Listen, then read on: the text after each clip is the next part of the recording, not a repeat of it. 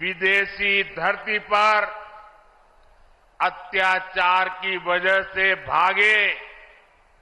भागने के लिए मजबूर हुए हिंदुओं और सिख भाई बहनों को आप मुझे बताइए, मेरे इन हिंदू भाइयों बहनों को, मेरे इन सिख भाई बहनों को भारत अगर नागरिकता नहीं देगा तो कोई और देगा क्या? नागरिकता देनी चाहिए कि नहीं देनी चाहिए? वो अपने हैं कि नहीं है? उनको हमें संभालना चाहिए नहीं संभालना चाहिए? सीएए का यहां पीलीभीत में रहने वाले अनेक परिवारों को मेरी आपको गारंटी है, आप अप्लाई कीजिए, आपका हमेशा हमेशा की मुसीबतों से मुक्ति मिल जाएगी। आप भारत के नागरिक के नाते गर्व से जी पाएंगे।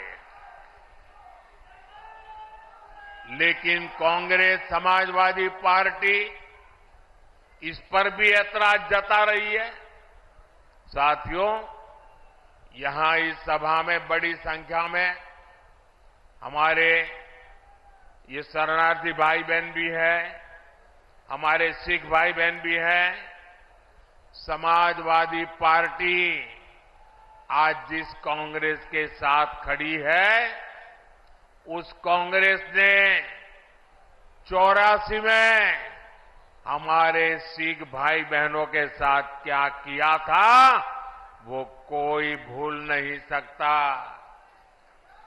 ये भाजपा है जो सिखों के साथ पूरी शक्ति से खड़ी है, उनकी भावनाओं को समझते हुए काम करती है। हमें गर्व होता है जब करतारपुर साहिब कॉरिडोर के द्वारा लाखों श्रद्धालु दशकों से जो उनके मन में दर्द था, पीड़ा थी, उससे मुक्त होकर के आज करतारपुर साहिब जाकर के मत्था टेक करके हमें आशीर्वाद लेके आते हैं। ये भाजपा सरकार है जिसने लंगर की वस्तुओं पर से जीएसटी हटाया। हमने श्री हरिमंदिर साहब के लिए एफसीआरए रजिस्ट्रेशन सुनिश्चित किया, जिससे विदेश के लोगों को भी सेवा करने का अवसर मिले। हमने वीर बाल दिवस मनाकर साहिबजादों के शौर्य को सम्मान दिया।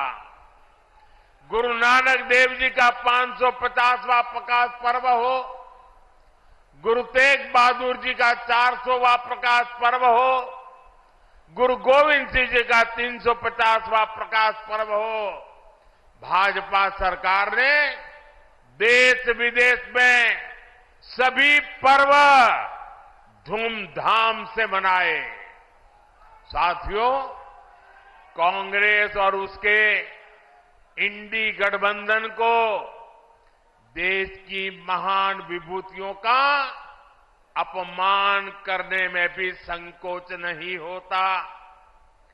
कांग्रेस के या समाजवादी पार्टी के बड़े नेता कभी भी सरदार वल्लभ भाई पटेल, इस देश के महापुरुष जिसने देश की एकता के लिए अपनी जिंदगी खपा दी, उनके सम्मान में स्टैच्यू ऑफ यूनिटी बना हुआ है, दुनिया का सबसे ऊंचा स्टैच्यू। लेकिन कांग्रेस सपा वालों को वहां जाकर के सरदार साहब को सम्मान करने का उनको मन नहीं करता है।